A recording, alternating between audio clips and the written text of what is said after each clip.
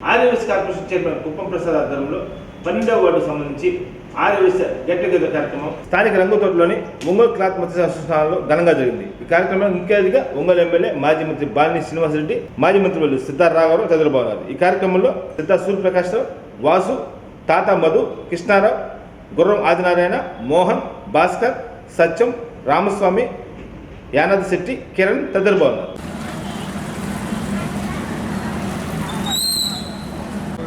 అయిపోతే 10 నిమిషాలు ఆగి బయలుదేరుకున్నాం.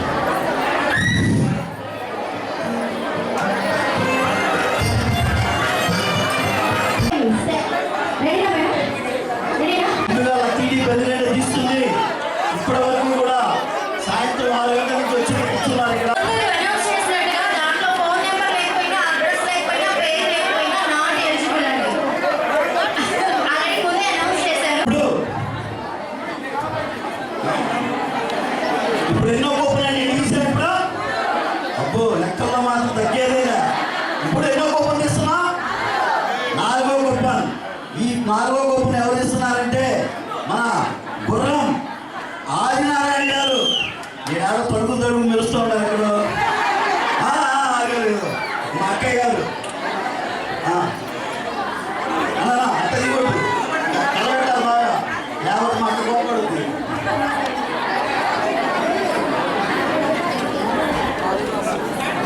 SV Sujatha Venugopala Reddy apartment. ఇప్పుడు 10 నీకు రిటైల్ మర్చెంట్స్ అసోసియేషన్ సెక్రటరీ గారైనటువంటి విజిల్ వేశాక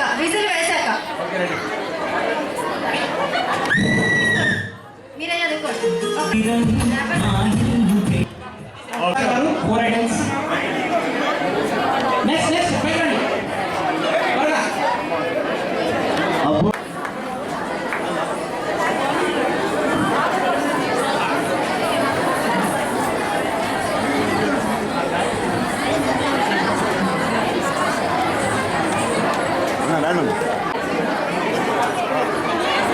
తాతా మధు గారు కూర్చోవాలి.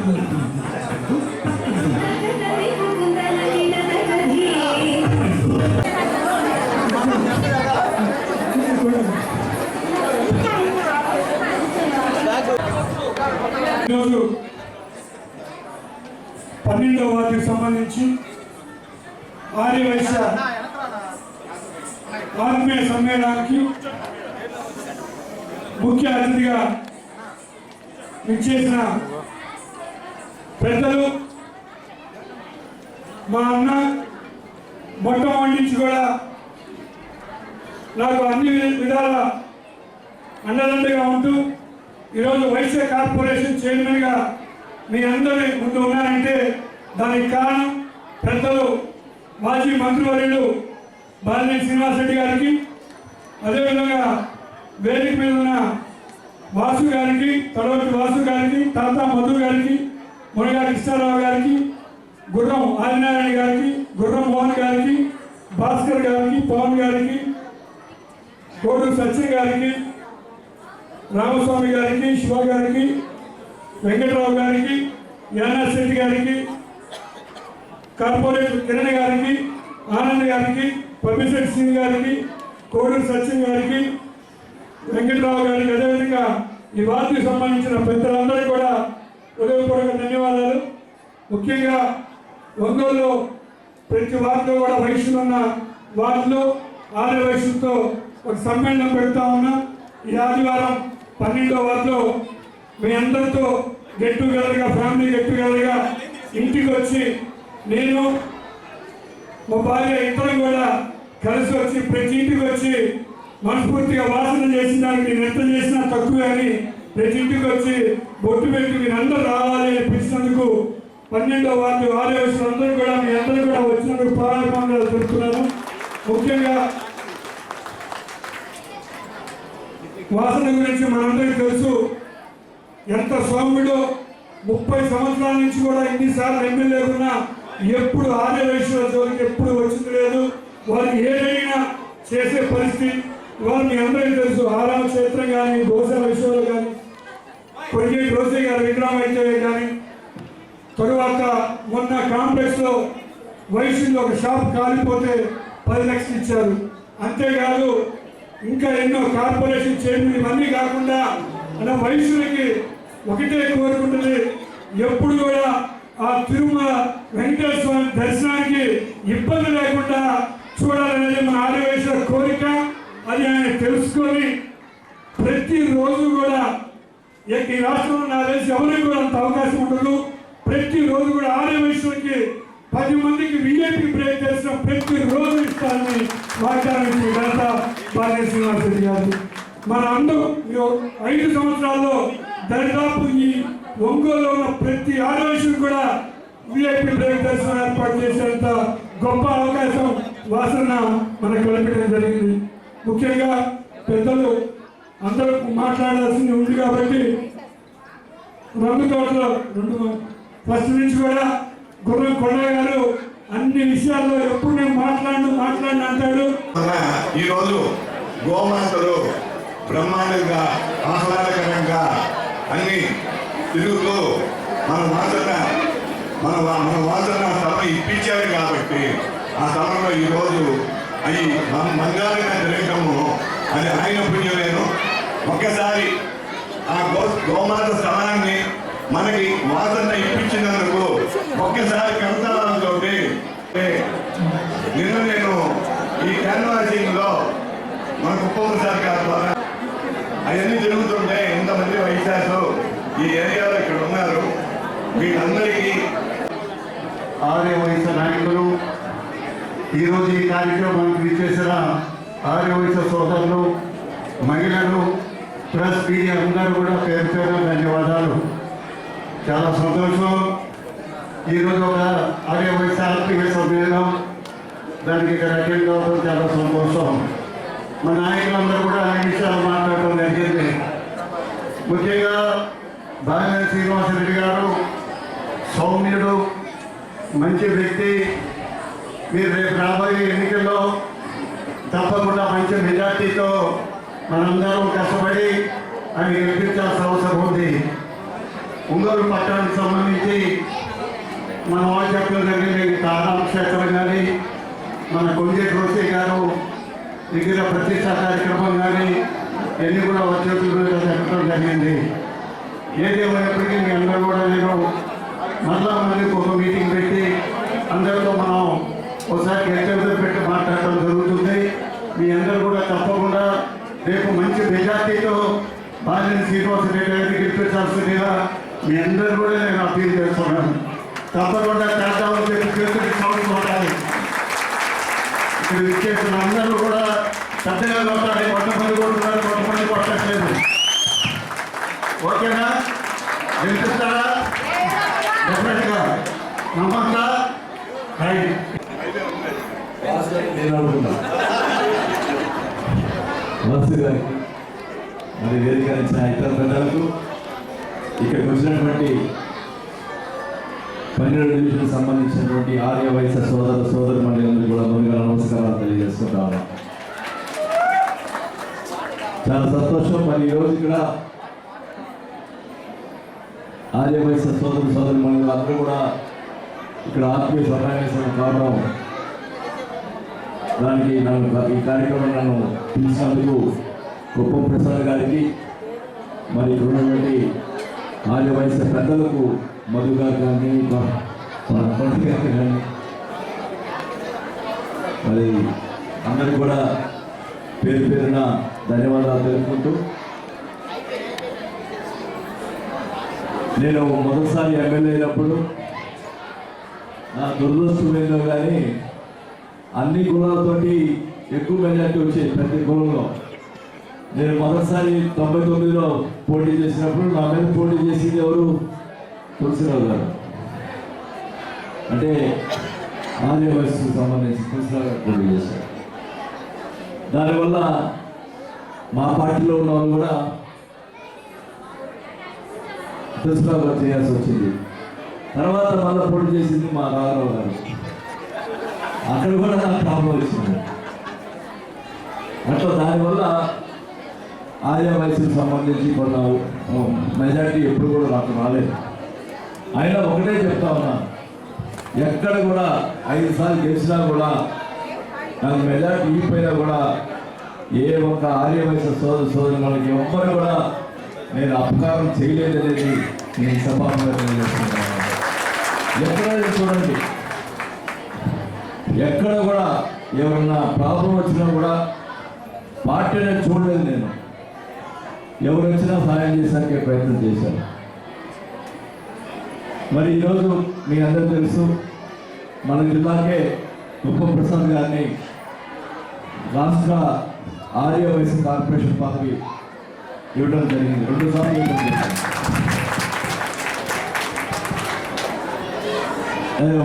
కుప్పం ప్రసాద్ గారు కష్టపడుతున్నాడు. ఈసారి మధు తోడయ్యాడు,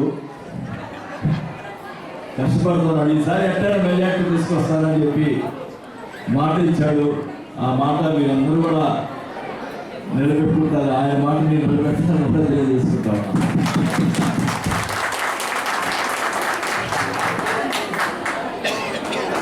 మరి ఈ మధ్య కాలంలోనే లాస్ట్ ఇయర్ మన కృష్ణారావు గారు ఆధ్వర్యంలో 6వ క్షేత్రం అనేది లేదు వైశ్యస్కి. ఎవరైనా చనిపోతే అర్జెంట్లో ఉంటే ప్రాబ్లం అవుతుందని చెప్తే ఏమాత్రం మీరు ఎక్కడ స్థలం చూసుకుంటే అక్కడ ఇస్తారని చెప్పడం జరిగింది. చూసిన స్థలాన్ని వెంటనే కార్పొరేషన్లో పెట్టించి ఆ స్థలాన్ని శాంక్షన్ చేయించి మరి 9 నెలల్లోనే కట్టించడం జరిగింది. ఈయన గారు అబ్బాయిలు కట్టించడం జరిగింది. దానికి కూడా పర్మిషన్ కూడా ఇప్పించడం జరిగింది. దానికి అన్ని ప్రాబ్లం లేకుండా ఇది ఆర్యవైశ్య ఆరంభ క్షేత్రం అని చెప్పుకునేదానికి మేము అన్ని కూడా క్లియర్ చేసి ఇచ్చామని చెప్పి కూడా ఈ సభగా తెలియజేస్తున్నాం. అలాగే గోశాల మన వాసు చెప్పారు, 20 సంవత్సరాల నుంచి పెండింగ్ ఉన్నటువంటి గోశాల విషయంలో వాసు గారు ఎవరిపడి నన్ను గొడవ చేసి అవతలని వాళ్ళు చాలా ఇబ్బంది పెట్టినా కూడా వాళ్ళు పిలిచి మాట్లాడి వాళ్ళు కూడా సరిచేసి మరి ఆ గోశాల మరి కమిటీకి ఇప్పించడం జరిగిందని కూడా తెలియజేసుకుంటున్నాను. గోశాల అంటే వాళ్ళు కూడా అక్కడ ఆవులు ఫ్రీగా తిరిగే దానికోసం స్థలం ఎక్కువ కేటాయించి అక్కడ గోశాలని ఏర్పాటు చేయడం జరిగింది. అలాగే రోసయ్య గారు చనిపోయినప్పుడు, ఆయన రోసయ్య గారు ముఖ్యమంత్రిగా ఉన్నప్పుడు నేను ఆయన దగ్గర మంత్రిగా పనిచేశాను. ఆయన చనిపోయిన రోజు ఆ రోజు నేను వెళ్ళాను. ఆ రోజే అక్కడ అనౌన్స్ చేశాను. మొట్టమొదటిగా అనౌన్స్ చేసింది నేనే. రోసయ్య గారి విగ్రహాన్ని ఒంగోలులో కాంస్య విగ్రహాన్ని నేను ఏర్పాటు చేస్తాను అని చెప్పి ఆ రోజు చెప్పిన మాట ప్రకారం కరెక్ట్గా రోసయ్య గారు గతంలో ఆయన మంత్రిగా ఉన్నప్పుడు, కాంగ్రెస్ పార్టీలో మంత్రిగా ఉన్నప్పుడు ఆయన బాపతి కాంప్లెక్స్ని ఓపెన్ చేసిన వ్యక్తి కొండేటి రోసయ్య గారు. ఆ కాంప్లెక్స్ ఎదురుగానే మరి ఆయన కాంస్య విగ్రహాన్ని ఏర్పాటు చేయడం జరిగిందని కూడా ఈ సభను తెలియజేసుకుంటాను. మరి ఎప్పుడు కూడా ఒకటే చెప్తా ఉన్నా, ఆర్యవైశ్య సోదరులకి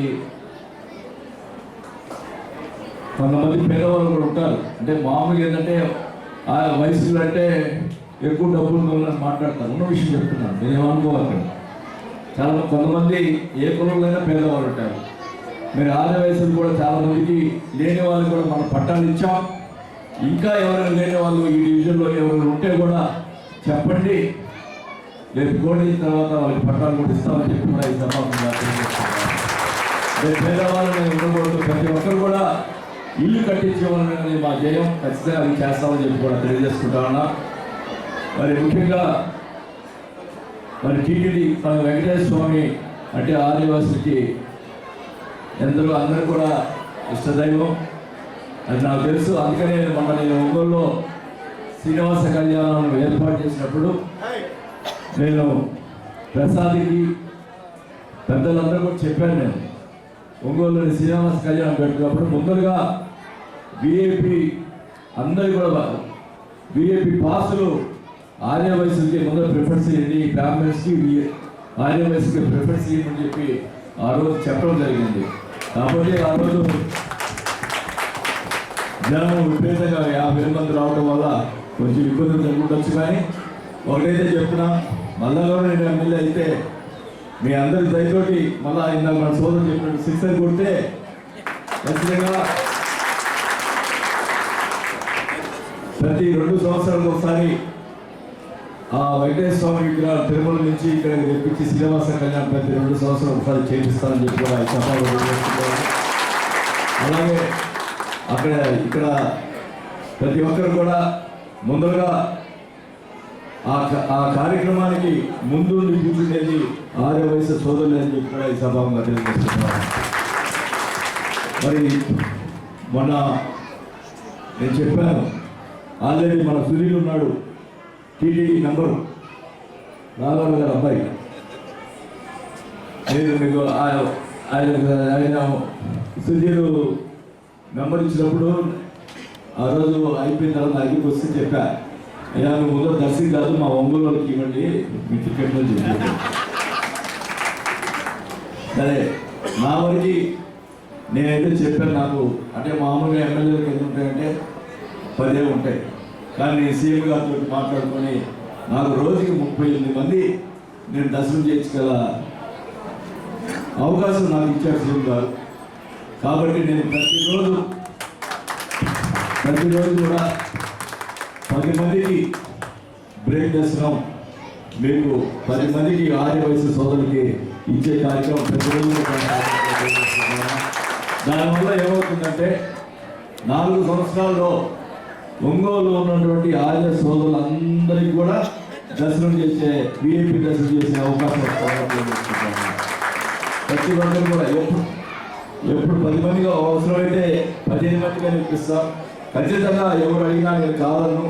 ప్రతి గోదావరిలో నేరుగా మీ నాయకులతో వచ్చినా పర్వాలేదు, మీరు డైరెక్ట్గా వచ్చిన పర్వాలేదు, మీకు అకామిడేషను దర్శనం బ్రేక్ దర్శనం ఇచ్చే కార్యక్రమం చేస్తానని కూడా తెలియజేసుకుంటున్నాం.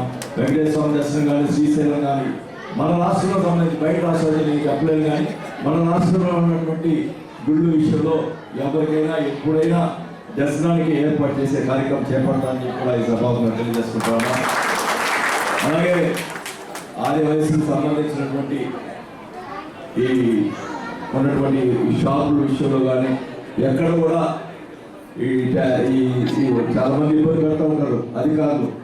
ఏ అధికారి ఇబ్బంది పెట్టినా నా దగ్గరికి వస్తే తప్పకుండా